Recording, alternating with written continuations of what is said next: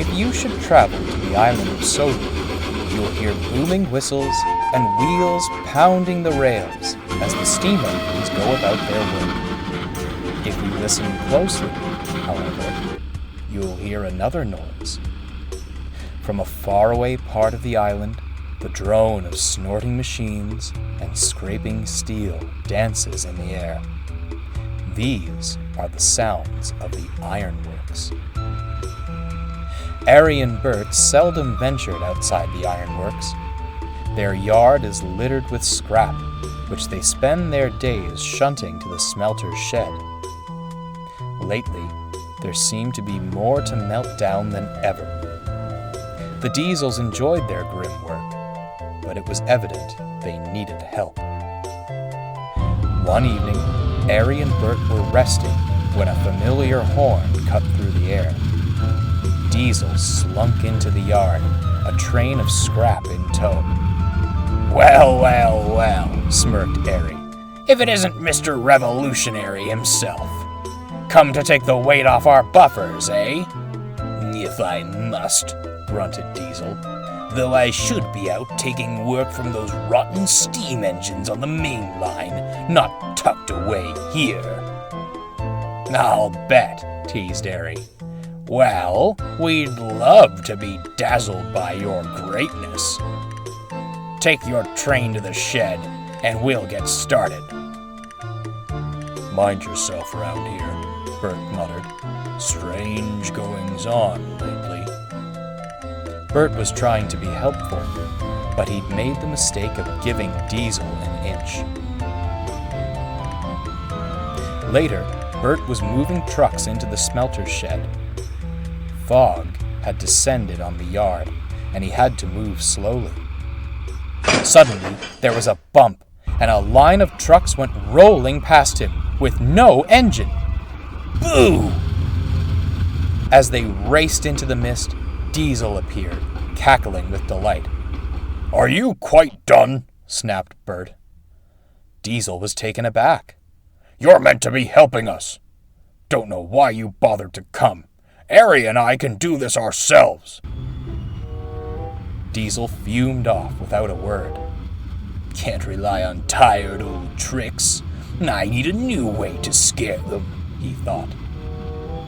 The echoes of the smelting sheds faded as Diesel ventured further into the sidings. The night wind blew through the frames of the old cars and engines, which sat languishing under years of rust. Filth, muttered Diesel, though perhaps they have some use. Now, which one to scare them with? Plenty to chew. Diesel had been so lost in thought, he didn't notice what sat at the end of his line. A huge tender engine. Watch where you're going, you... Diesel stopped short. The state of the engine's decay hit him all at once. Its side rods had been ripped off, and patches of corrosion riddled its boiler. Though its smokebox door was missing, it seemed to be staring at him. Silly me, chuckled Diesel, getting spooked by this wreck. And that's when it hit him. Spooked?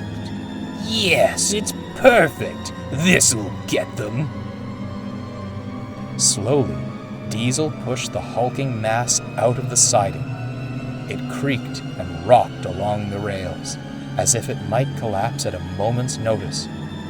Diesel didn't care. He was eager to spook the twins. Let's see them keep their nerve when this comes creeping up behind them. It was a good trick, and certainly would have given a great scare, if only it had worked. Diesel slowed down, but the engine didn't. Its old couplings snapped, and any brakes it once had were long since disintegrated. Diesel watched in horror. It shot past Ari and Bert, disappeared into the smelting shed, and... crash! All was silent. But not for long. The foreman came stomping and cursing out of the shed. What the devil do you think you're playing at? He shouted at Diesel. I've half a mind to drag you in here and scrap you myself for that little stunt. Diesel went pale. You take that iron beast back where you found it this instant, and you can stay with it, unless you plan on smartening up. Speechless, Diesel rolled into the shed. The engine was still, its front nestled against the buffers at the end of the line. The red glow of molten steel flashed across its old boiler. My sleep.